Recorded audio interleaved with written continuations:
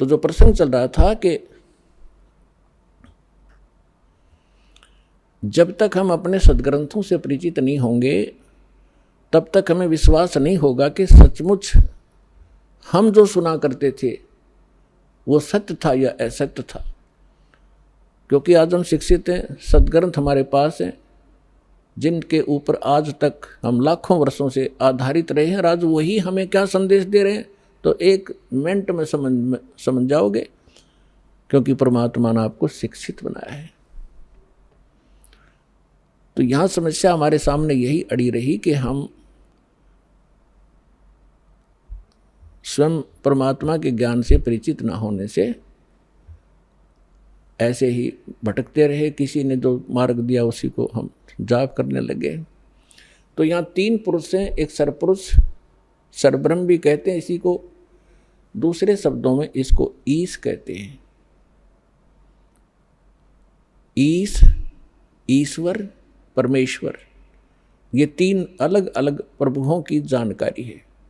ब्रह्म, परब्रह्म, परम अक्षर ब्रह्म, इन्हीं को अन्य शब्दों में सरपुरुष, अक्षर पुरुष, परम अक्षर पुरुष या परम अक्षर ब्रह्म कहो। जो तीसरे नंबर का परमात्मा है वो है सबके लिए पूज्य इष्ट रूप में। और बाकी जितने भी ये प्रभु हैं, स्वामी हैं, पहले आपको थोड़ा सा डेफिनेशन ऑफ गॉड बताएंगे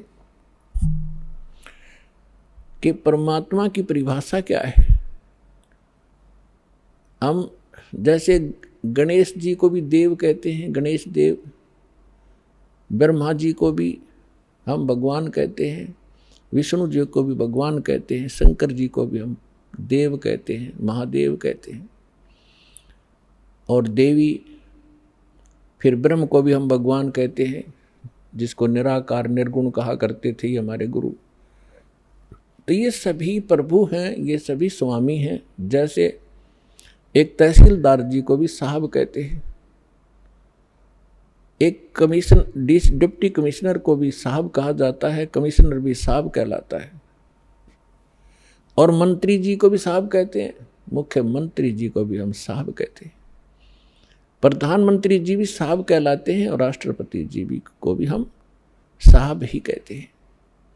साहब जैसे हम देव कहते हैं, देव कहो, राम कहो, साहिब को हम सत्साहिब कहते हैं।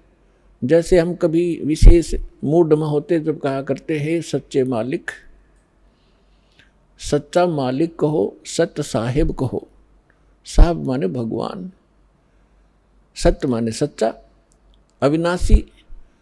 तो ये सभी साहब हैं, लेकिन अपने अपने सत्र के साहब हैं। तहसीलदार एक तहसील के अंदर उस सत्र का मालिक है, और इसी प्रकार अन्य जानो, मंत्री अपने एक स्टेट के अंदर एक विभाग का स्वामी है, मालिक है, साहब है। इसी प्रकार मुख्यमंत्री एक राज्य का साहब है, प्रधानमंत्री कई राज्यों के ऊपर मालिक है, साहब है। ऐसे राष्ट्रपति जी को जानो। तो इसी प्रकार ये जितने भी देव हैं अपने सत्र पर ये आदरणीय हैं। जैसे तहसीलदार जी है, उसको भी आप प्रणाम कीजिए, आदर से व्यवहार कीजिए, वो भी आपका काम करेगा। और इसी प्रकार मंत्री जी हैं, मंत्री जी का भी सत्कार कीजिए। यदि आपका प्रधानमंत्री जी के साथ संपर्क है तो ये कहने की आवश्यकता नहीं, ना बताने की, कि नीचे के साहब फिर कितनी आसानी से काम किया करते हैं, करना तो उन्होंने ही है। तो आज आपका मेल उस समर्थ शक्ति से हो चुका है, और जो उस समर्थ शक्ति की शरण में आ जाते हैं, फिर नीचे के जितने भी राम हैं, जितने भी ये देव हैं, आपके काम को बहुत आसानी से करते रहे। करना इन्होंने ही है, क्योंकि यहाँ की एक व्यवस्था बना रखी है। जैसे आपको सबसे पहले या मंत्र जो दिए जाते हैं वो उन्हीं साहबों के दिए जाते हैं। इस स्टेट के साहब हैं ये। इसके साथ साथ आपको उस परम पिता परमात्मा की भी भक्ति दी जाती है, जिसके साथ होने से ये साहब आपको बहुत आसानी से लाभ देते हैं। इनके ये मूल मंत्र हैं, ये इनकी पूजा नहीं है। यहाँ भ्रमित कर देते हैं ये सिर्फ रे कुछ जो 100-200 हज़ार 2000 को पीछे लगा रहे हैं नकली संत, और विशेषकर ये कबीरपंथी या राधा स्वामी धन धन सतगुरु वाले, ये क्या भ्रमित करते हैं कि देखो ये तो देवताओं की पूजा कराता है, ये तो प्रथम मंत्र ही देवताओं के देता है और बात करता सतलोक और सचखंड की।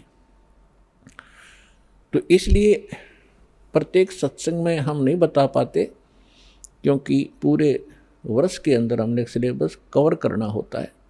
तो कभी कभी किसी ना किसी सत्संग में हम अवश्य सुनाते हैं, इस तरह की एक विवेचन देते हैं। तो वो हमारी सीडी बनी होती है, उनको आप ले जाइए, बहुत सस्ते में यहाँ मिलती हैं आपको। ये तनमोल वचन है, आपके बालकों के भी काम आएगा, आपके भी काम आएगा। तो जो प्रसंग चल रहा है कि हम इनकी पूजा नहीं करते, जैसे एक पति भर्ता लड़की होती है, वो अपनी ससुराल में चली जाती है। पति भर्ता के गुण ये होते हैं कि वो अपने पति के अतिरिक्त अन्य किसी भी पुरुष में पति वाला भाव ना रखे। लेकिन उस पतिव्रता का ये अर्थ नहीं है कि वो किसी पुरुष की ओर देखे नहीं, या किसी को प्रणाम नहीं करे, या किसी का सत्कार नहीं करे। ये भी उस पतिव्रता के अंदर एक गुण होते हैं, आय का आदर करे। जैसे जेठ है, जेठानी है, ससुर है, सास है, छोटी बड़ी ननंद है, देवर हैं, उन सब का यथोचित आदर करे, उनके सत्कार करे, उनका काम करे। बर्तन धोने हैं, रोटी पौनी है, और कोई 100 काम करने हैं, तो उनको यथोचित सत्कार करे, मृदु भाषा प्रयोग करे, तो वो पतिव्रता सही है।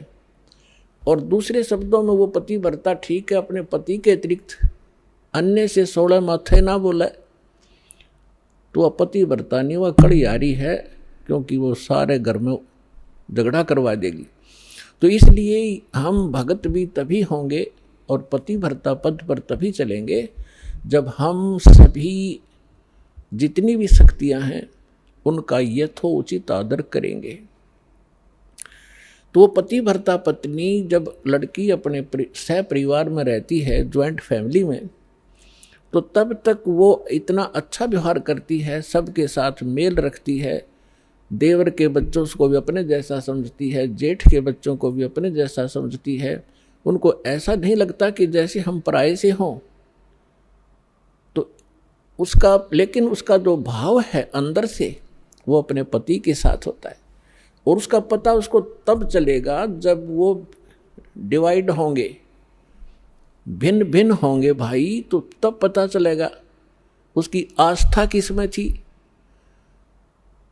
अपने हिस्से के सारे कटोरी गिलास चम्मच तक उठा ले जाएगी, अपने मकान में धर लेगी, एक चम्मच भी ना छोड़ है दूसरों की ओर, और अपने पति के साथ चली जाती है। तो उस समय उस पतिव्रता का पता चला वह पूजा किसकी करे थी। तो इसी प्रकार हम यहाँ एक सह परिवार है हमारा, ये ब्रह्मा विष्णु महेश, ये देव हैं और यहाँ के अधिकारी हैं। ये एक विभागीय मिनिस्टर हैं इस एक ब्रह्मांड के अंदर। ब्रह्मा जी रजोगुण विभाग के, विष्णु जी सतोगुण विभाग के, और शंकर जी तमोगुण विभाग के। और इन अन्य जो देव हैं जैसे गणेश जी हैं, दुर्गा जी है, इनके भी हमारे इस अध्यात्म मार्ग में बहुत सहयोग है।